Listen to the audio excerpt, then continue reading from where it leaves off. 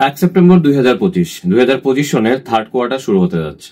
Third quarter শুরু হতে হতেই আপনারা দেখতে পাবেন এই ফাইন্যান্সিয়াল ইয়ারে ব্যাংকিং থেকে ধরে সবকিছুতে একটা বিশাল পরিবর্তন কিন্তু আসতে চলেছে।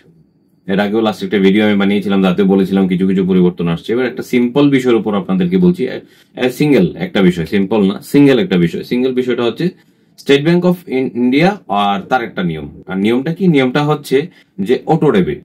এরকম তো বহু কিছু থাকে না, সে ধরুন আমরা ফোন পে থেকে, গুগল পে থেকে স্টেট ব্যাংক অফ ইন্ডিয়ার অ্যাকাউন্টে অথবা স্টেট ব্যাংক অফ ইন্ডিয়ার অ্যাপ্লিকেশন থেকে বা ইউপিআই অ্যাপ্লিকেশন থেকে আমরা অটো ডেবিট লাগালাম। ধরুন আমি নেটফ্লিক্স এর সাবস্ক্রিপশন ব্যবহার করি, প্রতি মাসে 199 টাকা বা 249 টাকা যে যা প্ল্যানই আছে, তা আমি অটো ডেবিট সিস্টেমে লাগিয়ে রেখেছি। অথবা আমি একটা মোটরসাইকেল কিনেছি বা আমার গাড়ির ধরুন একটা ইনস্টলমেন্ট আছে 10 বা 11,000 টাকা, স্টেট ব্যাংক অফ ইন্ডিয়াতে অ্যাকাউন্ট আমার, আর আমি তাতে অটো ডেবিট লাগিয়ে রেখেছি, অটোমেটিক যাতে ডেবিট হয়ে যায়, মাসে মাসে টাকা জমা দেওয়ার ঝঞ্ঝট যাতে আমার পোহাতে না হয়। কিন্তু এখানে কিন্তু গল্প আছে। এবার 1 সেপ্টেম্বর থেকে স্টেট ব্যাংক অফ ইন্ডিয়া বলেছে যে যদি আপনার অটো ডেবিট ফেল হয়, সো যে কোম্পানিতে আপনি অটো না লাগিয়েছেন, মানে যা ডিজিটাল চেক বলে, তাদের তরফ থেকে তো পেনাল্টি আপনাকে দিতে হচ্ছেই, ব্যাংকের তরফ থেকে পেনাল্টি আপনি দিচ্ছেন। এইবার যেই অ্যামাউন্টটা আপনার অটো ডেবিট হলো না, আপনার অ্যাকাউন্টে টাকা ছিল না, সেই জন্য অটো ডেবিট হয়নি, যে অ্যামাউন্টটা, এই অ্যামাউন্টের উপর 2% আপনাকে চার্জ দিতে হবে। বুঝতেই পারছেন ব্যাংকিং প্রসেস। প্রথমে আমরা সবাই ব্যাংকের আন্ডারে আসলাম, ইউপিআই, ডিজিটাইজেশন সবকিছুতে।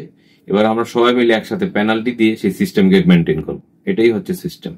এটাকেই বলা হয় digitised proper channel way through and proper channel system. So আমরা ধীরে ধীরে সিস্টেমের দিকে যাচ্ছি। আমাদেরকে চিন্তা ভাবনা করে চলতে হবে যে আমরা যাতে কোনো প্রকার ভুল না করি।